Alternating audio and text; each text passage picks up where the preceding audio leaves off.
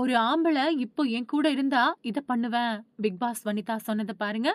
தமிழ் படத்துல தனக்கு அப்படின்னு ஒரு இடத்த பிடிச்சு, நாட்டாமை அப்படிங்கிற அடைமொழியோட ரசிகர்களோட மத்தியில ஃபேமஸான நடிகரா விளங்குனவரு விஜயகுமார். அவரோட 2வது மனைவி மஞ்சுளாவோட பொண்ணு வனிதா விஜயகுமார் பத்தி அதிக அளவு சொல்ல வேண்டிய அவசியம் இல்ல. இவங்களோட குடும்பமே திரைத்துறைய சார்ந்த பணியில ஈடுபட்டு வந்ததால, இவங்களும் திரையுலகத்துல நடிகையா வலம் வந்தாங்க. அந்த வகையில தமிழ் திரையுலகத்துல சந்திரலேகா அப்படிங்கிற படத்துல அறிமுகமானாங்க. அதுக்கப்புறமா இவங்க ஒரு சில படங்கள்ல மட்டுமே நடிச்சு திரைப்பட வாய்ப்புக்காக காத்துக்கிட்டு இருந்தாங்க. இருந்தாலும் இவங்களுக்கு எதிர்பார்த்த மாதிரி திரைப்பட வாய்ப்புகள் எதுவுமே வந்து சேரல. அதனால இவங்க விஜய் டிவில நடக்கக்கூடிய பிரம்மாண்டமான ரியாலிட்டி ஷோவான பிக் பாஸ் தமிழ்ல கலந்துக்கிட்டு, வாயாடி வனிதா அப்படிங்கிற பேர வாங்கியிருக்காங்க. அது மட்டும் இல்லாம திரைப்படங்கள்ல நடிச்சு கிடைச்ச புகழ விட, பிக் பாஸ் மூலமா இவங்களுக்கு அதிக அளவு ரசிகர் வட்டாரத்த அதிக அளவு அதிகரிச்சுக்கிட்டாங்க. அதுக்கப்புறமா இப்போ யூடியூப் சேனல்ல பிக் பாஸ் நிகழ்ச்சிய ரிவ்யூ பண்ணிட்டு வரக்கூடிய வேலை செஞ்சுட்டு வரதோட, அடிக்கடி பேட்டிகளையும் குடுத்து ரசிகர்கள அதிர விடுறாங்க. இந்த நிலையில இவங்க திரையுலகத்துல தான் பிடிக்காத இடத்த தன்னோட பெண் மூலமா எப்படியோ அடைஞ்சிரணும் அப்படிங்கிற எண்ணத்துல நடிகை ஜோவிகாவ பிக் பாஸ் சீசன் 7 போட்டியாளரா களமிறக்குனாங்க. அதுக்கப்புறமா தாய் 8 அடி பாஞ்சா குட்டி 16 அடி பாயும் அப்படிங்கிற பழமொழிக்கு ஏற்ப பெரியவங்கள வயசு வித்தியாசம் இல்லாம மரியாதை குறைவா பேசின பேச்சுக்களுக்கு அப்புறமா மக்கள் மத்தியில ஜோவிகா நெகட்டிவ் விமர்சனங்கள அதிக அளவு வாங்கிட்டாங்க. அது மட்டும் இல்லாம பிக் பாஸ் வீட்ல இருந்து வெளியேறின இவங்க இப்போ திரைப்படங்கள்ல நடிக்கணும் அப்படிங்கிற நினைப்புல வாய்ப்புக்காக காத்திருக்கிறதோட சமூக வலைதளத்துல அத்துமீறி கவர்ச்சியா இருக்கக்கூடிய புகைப்படங்களையும் வெளியிட்டு வராங்க. இந்த நிலையில நடிகை வனிதா விஜயகுமார் சமீபத்திய பேட்டி ஒண்ணுல பேசினப்போ, "இப்ப ஒரு ஆம்பளை என் கூட இருந்தா அவனுக்கு நான் உண்மையா, விசுவாசமா 100% காதலோட அர்ப்பணிப்போட இருப்பேன். ஆனா ஒரே ஒரு பிரச்சனை என்ன அப்படின்னா, அவனும் அதே மாதிரி இருக்கணும் அப்படின்னு நான் எதிர்பார்ப்பேன்.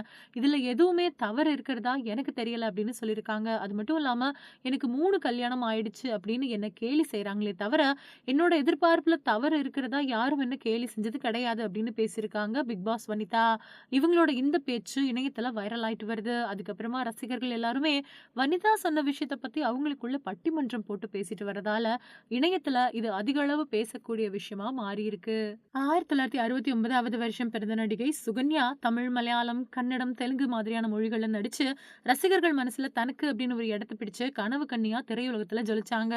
சென்னையில பிறந்து வளர்ந்த இவங்களோட இயற்கை பெயர் ஆர்த்தி தேவி அப்படிங்கிறது தான். இவங்க ஆரம்ப நாட்கள்ல திரைப்படங்கள்ல நடிக்க இன்ட்ரெஸ்ட் இல்லாம இருந்த இவங்க ஏறக்குறைய 15 வருஷத்துக்கும் மேலா திரையுலகத்துல பணியாற்றி இருக்காங்க. சுகன்யா திரைப்படங்கள்ல நடிக்கிறதுக்கு முன்னாடி பொதிகை தொலைக்காட்சியில பெப்சி நிகழ்ச்சி ஒன்ன தொகுத்து வழங்குனதுக்கு அப்புறமா இவங்களுக்கு சினிமாவுல நடிக்கக்கூடிய வாய்ப்புகள் வந்து சேர்ந்தது. இவங்க அழகு அப்புறம் திருப்பதி திருக்குடை திருவிழா அப்படிங்கிற 2 பக்தி ஆல்பங்கள தொகுத்து வெளியிட்டிருக்காங்க. இதுக்கப்புறமா அவங்க ரொம்ப சிறந்த பாடகியாவும் இவங்க இருக்காங்க. தமிழ் திரைப்படத்த பொறுத்தவரைக்கும் இவங்க முதல்ல நடிச்ச படம் புதுநெல்லு புதுநாத்து அப்படிங்கிறது தான்.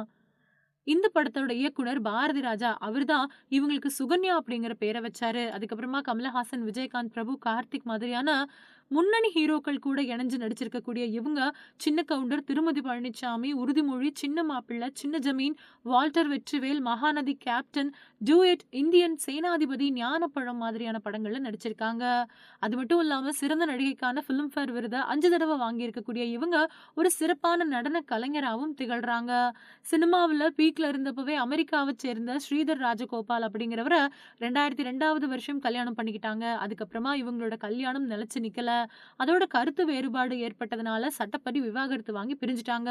இந்த சூழ்நிலையில இணையத்துல சுகன்யாவோட இணைச்சு இன்னொரு இளம் பெண்ணோட போட்டோக்கள் வெளிவந்து, அழகுல சுகன்யாவ மிஞ்சக்கூடிய அளவுக்கு அவங்களோட பொண்ணு இருக்காங்க அப்படிங்கிற வகையில உலா வருது. இதுக்கு தக்க பதில் அளிச்சிருக்கக்கூடிய வகையில இப்போ சுகன்யா செயல்பட்டிருக்காங்க. அந்த படத்துல இருந்தது சுகன்யா பொண்ணோட புகைப்படமா? இல்லனா அந்த நபர் யாரு அப்படிங்கிற கேள்விக்கு உரிய விடைய இப்ப பார்க்கலாம். நடிகை சுகன்யா சமீபத்திய பேட்டி ஒண்ணுல பேசும்போது, "நெறைய பேர் என்னோட உறவினரோட பொண்ண என்னோட பொண்ணு அப்படின்னு இணையத்துல தகவல் பரப்பிக்கிட்டு இருப்பாங்க. இது போலியான தகவல். கல்யாணம் செஞ்ச என்னோட கணவர் கூட நான் முழுசா 1 வருஷம் கூட இல்ல. அப்படி இருக்கும்போது அது எப்படி என்னோட குழந்தையாகும்?